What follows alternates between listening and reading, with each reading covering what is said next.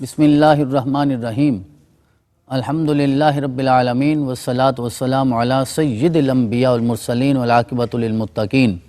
اما بعد فاعوذ باللہ من الشیطان الرجیم بسم اللہ الرحمن الرحیم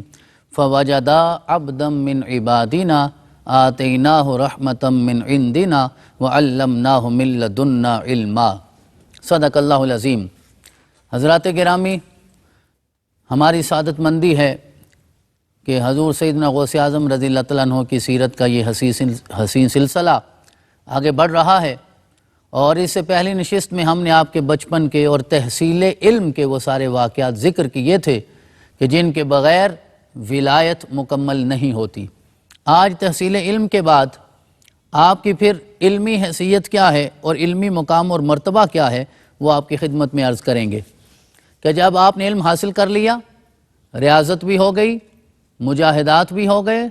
عبادت بھی ہو گئی، اور 25 سال عراق کے جنگلوں میں حتیٰ کہ صحراؤں میں آپ نے گزارے، اس کے بعد آپ اس منصب پہ فائز ہوئے کہ پھر آپ نے تبلیغ دین کا سلسلہ شروع کیا۔ بہت اہم نشست ہے، جو مختصر سا وقت ہمارے پاس ہے، اس میں چند اہم باتیں آج آپ کی خدمت میں عرض کروں گا کہ دیگر جو اس زمانے میں یا آپ کے مان بعد کے لوگ ہیں، انہوں نے جو آپ کے علمی مقام اور مرتبہ کو اپنے الفاظ میں بیان کیا ہے، وہ آج میں آپ کی خدمت میں رکھوں گا۔ شاید اس سے پہلے اس انداز سے ہم نے کبھی توجہ نہ کی ہو۔ یعنی حضور سیدنا غوث اعظم رضی اللہ تعالیٰ عنہ کی ذات گرامی صرف تصرفات، اختیارات، کمالات اور کرامات میں پرکھنے والی نہیں ہے۔ صرف ولایت کے نام میں آپ کے علمی مقام و مرتبہ کو دفن نہیں کر دینا چاہیے، بلکہ یہ بھی سمجھنا ہے کہ اس زمانے کے مفسرین، اس زمانے کے محدثین، اس زمانے کے فقہا آپ کے بارے میں کیا رائے رکھتے تھے۔ یہ بہت اہم بات ہے اور اسے ہمیں سمجھنا چاہیے۔ سورۃ الکہف کی آیت نمبر 65 میں میرے رب نے ارشاد فرمایا فَوَجَدَا عَبْدًا مِّنْ عِبَادِنَا۔ یہ حضرت موسیٰ علیہ السلام اور جناب خضر علیہ السلام کے واقعے کی طرف اشارہ ہے کہ جب حضرت موسیٰ چلے جناب خضر کی ملاقات کے لیے، تو اس منظر کو بیان کرتے ہوئے میرے رب نے ارشاد فرمایا فَوَجَدَا عَبْدًا مِّنْ عِبَادِنَا۔ اب اس میں فوجدا میں جو دو ہستیاں مقصود ہیں، تثنیہ کا صیغہ ہے، وہ حضرت موسیٰ کے ساتھ جناب حضرت یوشع کی ہستی ہے کہ ان دونوں نے جب ہمارے بندے کو پا لیا، اور جس بندے کو پایا ہے اس سے مراد حضرت خضر علیہ السلام کی ذات گرامی ہے۔ آتیناہ رحمتا من عندنا، اور اس بندے کی شان یہ ہے کہ اسے ہم نے اپنی جناب سے خاص رحمت عطا فرمائی تھی، وعلمناہ من لدنا علما، اور ہم نے اپنی طرف سے اسے علم لدنی عطا فرمایا تھا۔ یہ علم لدنی نصیب ہوتا ہے ظاہری تحصیل علم کے بعد، عبادات کے بعد، ریاضات کے بعد اور مجاہدات کے بعد۔ وہی علم لدنی کے بعد میرے رب نے یہ مقام و مرتبہ حضور سیدنا غوث اعظم رضی اللہ تعالیٰ عنہ کی ذات گرامی کو عطا فرمایا ہے۔ اور عموماً یہ بات میں دوبارہ عرض کروں گا کہ جب حضور غوث اعظم کا ذکر ہوتا ہے تو ہمارے پیش نظر عموماً آپ کی کرامات کا ذکر ہوتا ہے، لیکن ہمیں یہ سمجھنا چاہیے کہ الاستقامت فوق الکرامہ، کہ استقامت جو ہے وہ کرامت سے بڑی ہوتی ہے۔ 25 سال عبادات کرنا، ریاضات کرنا، مجاہدات کرنا، یہ کہنے کی حد تک آسان ہے، کرنا آسان نہیں ہے۔ آپ کہتے ہیں کہ اسی طرح جب وہ میرے 25 سال کا دورانیہ چل رہا تھا، ایک دن مجھے ہاتف غیبی سے آواز آئی کہ عبدالقادر، آج سے تیری عبادت قبول ہو گئی، دوبارہ عبادت کرنے کی ضرورت نہیں ہے۔ آپ کہتے ہیں میں سمجھ گیا، یہ کیسے ہو سکتا ہے کہ یہ میرے رب کی آواز ہو، کیونکہ میرے رسول پیغمبر اکرم تاجدار ختم نبوت تو ہر وقت اللہ کی عبادت میں مصروف رہتے تھے۔ میرے رب نے کبھی اپنے پیغمبر کو یہ نہیں فرمایا کہ اب عبادت کی ضرورت نہیں ہے، تو یہ میرے رب کی آواز نہیں ہو سکتی، یہ رحمان کی آواز نہیں ہو سکتی، یقیناً یہ کسی ملعون کی آواز ہے، یہ ابلیس کی آواز ہے۔ تو آپ نے لا حول ولا قوت الا باللہ العلی العظیم پڑھا، آپ نے فرمایا میں تمہارے فریب میں آنے والا نہیں ہوں۔ اب دوسرا حملہ ہوا، اور یہ علماء کے لیے، اپنے محدثین کے لیے، فقہاء کے لیے حضور غوث اعظم کی سیرت کا سب سے بڑا سبق یہ ہے کہ دوسرا حملہ اتنا رقیق تھا، اتنا باریک تھا، اتنا نازک تھا، اسے سمجھنا بہت مشکل ہے، اور ہم اپنے علم کے غرور میں، علم کے ناز میں ان چیزوں کو نظر انداز کر دیتے ہیں۔ تو پھر آواز آئی، اے عبدالقادر، آج تیرے علم نے تجھے بچا لیا ہے، آپ کہتے ہیں جب میں نے یہ حملہ دیکھا تو میں سمجھ گیا اب یہ علم کے غرور میں مجھے مبتلا کرنا چاہتا ہے، تو میں نے دوبارہ لا حول ولا قوت الا باللہ العلی العظیم پڑھا، اور میں نے کہا کہ نہیں، مجھے میرے علم نے نہیں، مجھے میرے رب کے فضل نے بچایا ہے۔ ہمیشہ اللہ کا فضل بچاتا ہے، اس کی مہربانی، اس کی عطا، اس کی عنایت، اس کی رحمت، اس کا احسان ہو، اس کی توفیق ہو تو انسان محفوظ رہتا ہے۔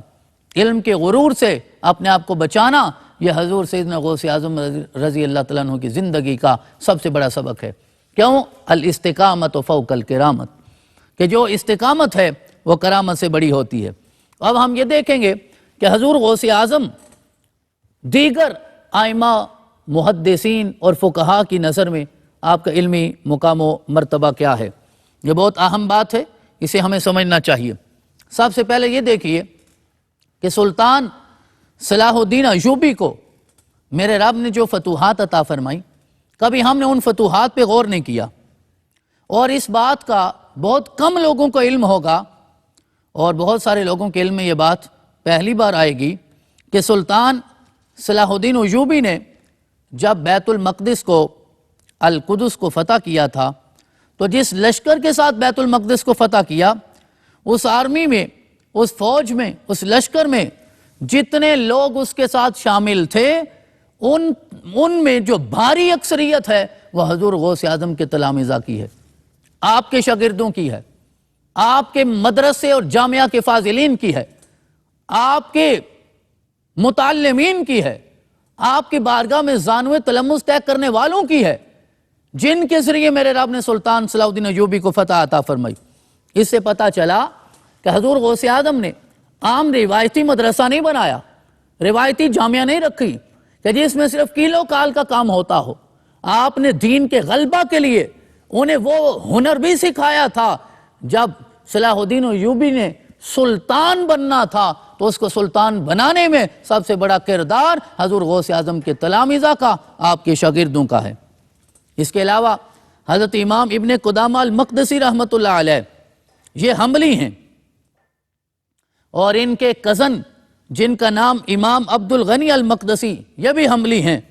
یہ دونوں بھی حضور غوث اعظم کے تلامذہ میں شامل ہیں، اور یہ فقہ حنبلی کے جلیل القدر امام ہیں۔ یہ دونوں ہستیاں یہ بھی آپ کے شاگردوں میں ہیں، جن کے آگے ہزاروں لاکھوں میں شاگرد ہوئے، وہ آپ کی شاگردی میں ہیں۔ امام ابن قدامہ مقدسی کہتے ہیں کہ ذرا اندازہ کیجئے، جب میں حضور غوث اعظم کی بارگاہ میں حاضر ہوا تو آپ کے حوالے سے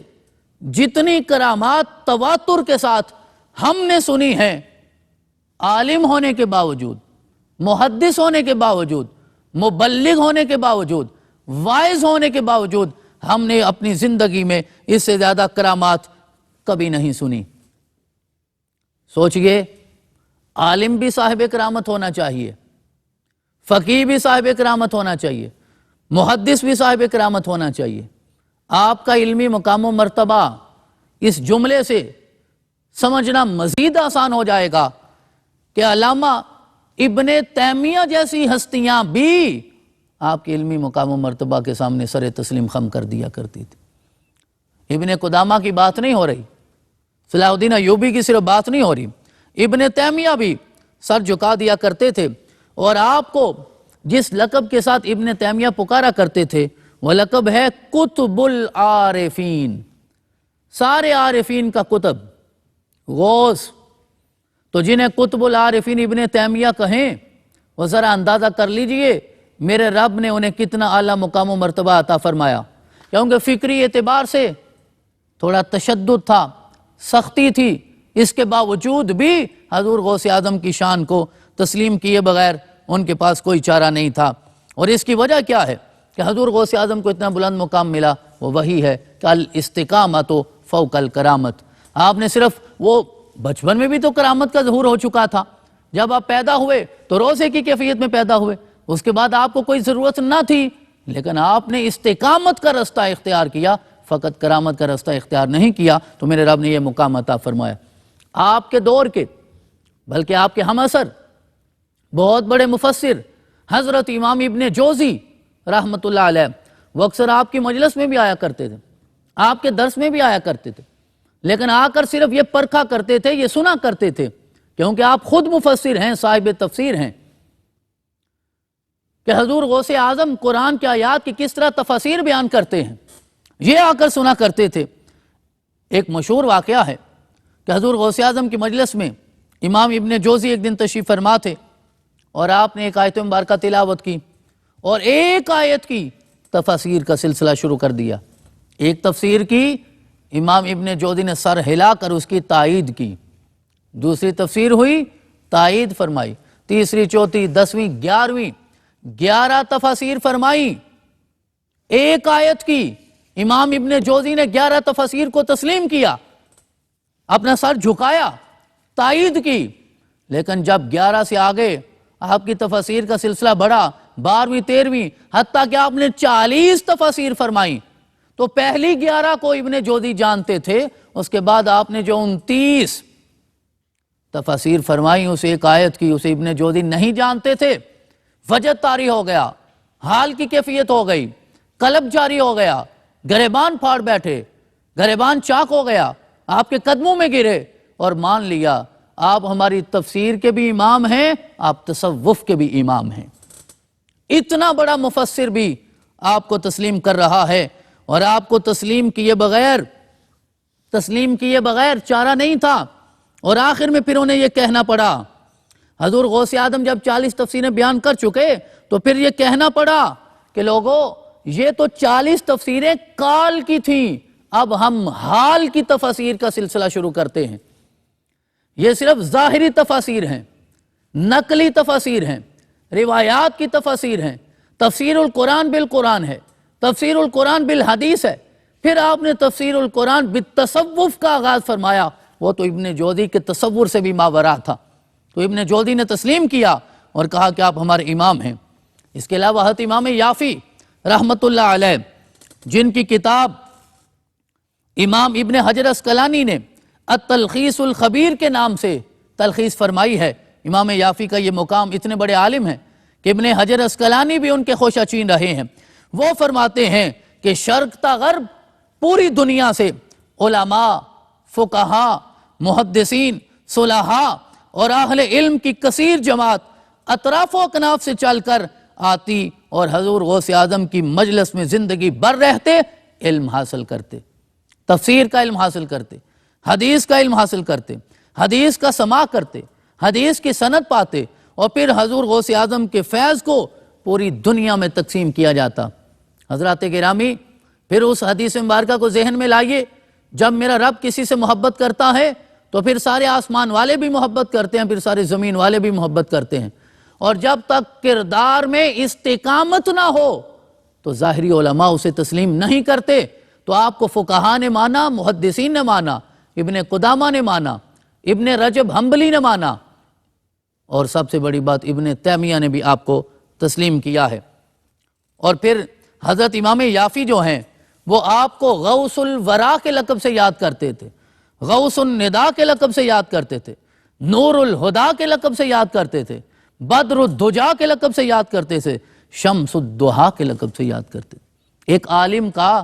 دوسرے عالم کو اس حد تک تسلیم کرنا، یہ جب تک وہ عالم صاحب کردار نہ ہو یہ ممکن نہیں ہوتا۔ اس کے علاوہ